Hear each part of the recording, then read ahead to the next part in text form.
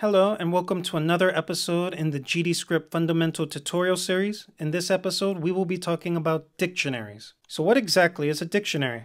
A dictionary are associative containers that contains values referenced by unique keys. These are also called a key value store. Let's go ahead and look at how you would go on to creating a dictionary in GDScript. Creating a dictionary is like creating a variable. First, you use the variable keyword var, followed by a name for your variable, followed by the equal sign operator. The most important thing that separates a regular variable, or rather assigning a data type versus assigning a dictionary to your variable, will be the curly braces. Now, when assigning a dictionary, you need something called a key and a value. Your key is what you type out first, and your key can be any literal value. The most common literal values to use as a key would be the string value. However, you can use integers and booleans. After your key, it is followed by the colon symbol, followed by a value you want to assign to your key. So let's go ahead and see some examples of declaring dictionaries in Godot. The first example is an empty dictionary. To declare an empty dictionary, just type out your curly braces with nothing inside, thus an empty dictionary. In the second example, we have a basic key-value pair. We've created the key in double quotations, our key name, or rather our key is called name, followed by a string value John.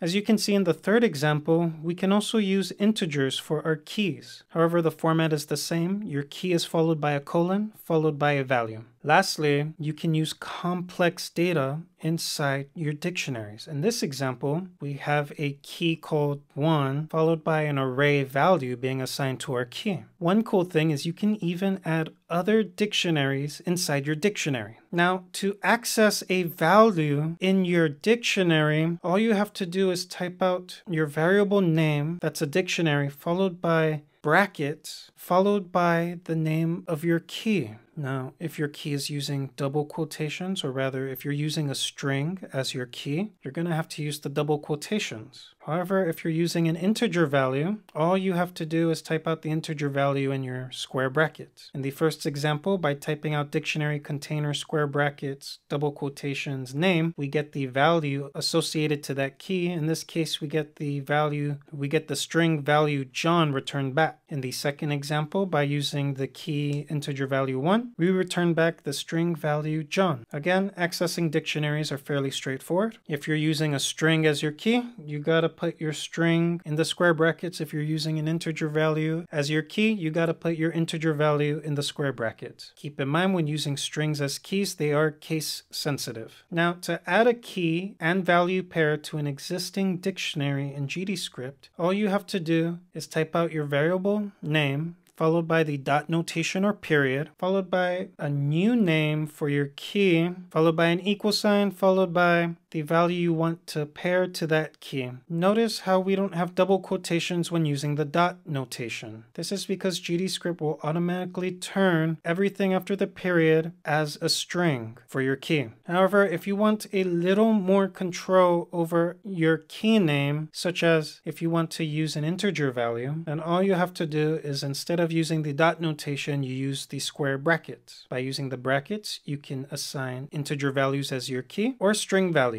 In the second example, we have a new key, or rather a string value called new key. Or as you can see in the third example, we're using an integer value as our key and assigning it the integer value 100 to it. One thing to keep in mind with your dictionaries is that you cannot do direct comparisons with the double equal signs. For example, let's take a look at this line of code. Dictionary 1 equivalent to dictionary 2. If you were to do this, the value returned to you would be false all the time, even if the key value pairs are the same in both dictionaries. With dictionaries, you have to do something special in order to get the comparison operator to work.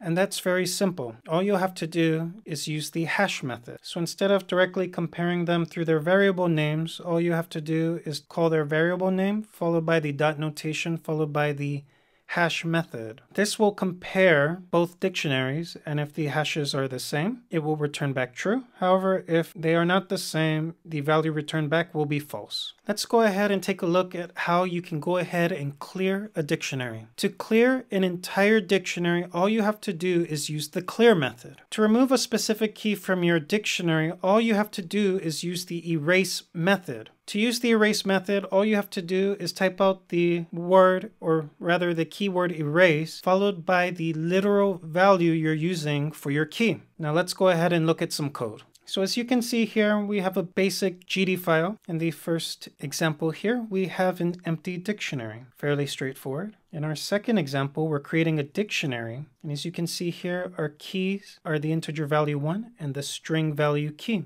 So again, just something to note, you can use integer values and string values as your keys. And notice that the values being paired to each key is a string value. However, you can get even more complicated than that. You can add arrays or even dictionaries, which we'll be seeing a little later. Now, to add a key to an existing dictionary, you can do that in two ways, either through the square brackets followed by the literal value you want as your key, or you can use the dot notation, which GDScript will automatically convert into a string value for your key. And as you can see here, we're using square brackets to assign an integer value as our key, followed by assigning an array value to that key. To get a value from a key, all you have to do is call your variable name, followed by square brackets, followed by the literal value you're using as your key. In this case, we can grab it through an integer value or a string value, as long as the key exists in our dictionary. Now, in this example here, I want to show you how to assign a dictionary to another dictionary and how to retrieve data from that dictionary. So as you can see here, we've created two dictionaries,